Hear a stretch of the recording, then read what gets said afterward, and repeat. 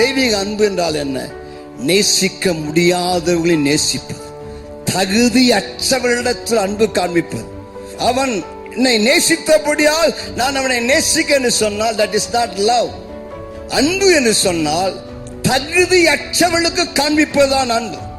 இயேசு என்னை நேசிக்க எனக்கு எந்த தகுதியும் கிடையாது. நான் தேவனை அறியாதவனாக இருந்தேன், தேவனுக்கு பகைஞனாக இருந்தேன். தகுதியற்ற எனக்கு இயேசு என் பேரில் அருள் பாவினார்.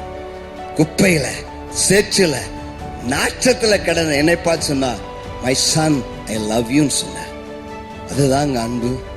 அன்பு என்று சொன்னால் தகுதியற்றவர்களுக்கு, நேசிக்கப்பட முடியாதவர்களுக்கு அன்பை வெளிப்படுத்துவதுதான் அது தேவனுடைய அன்பாக இருக்கிறது. கர்த்தருக்கு மகிமை உண்டாவதாக.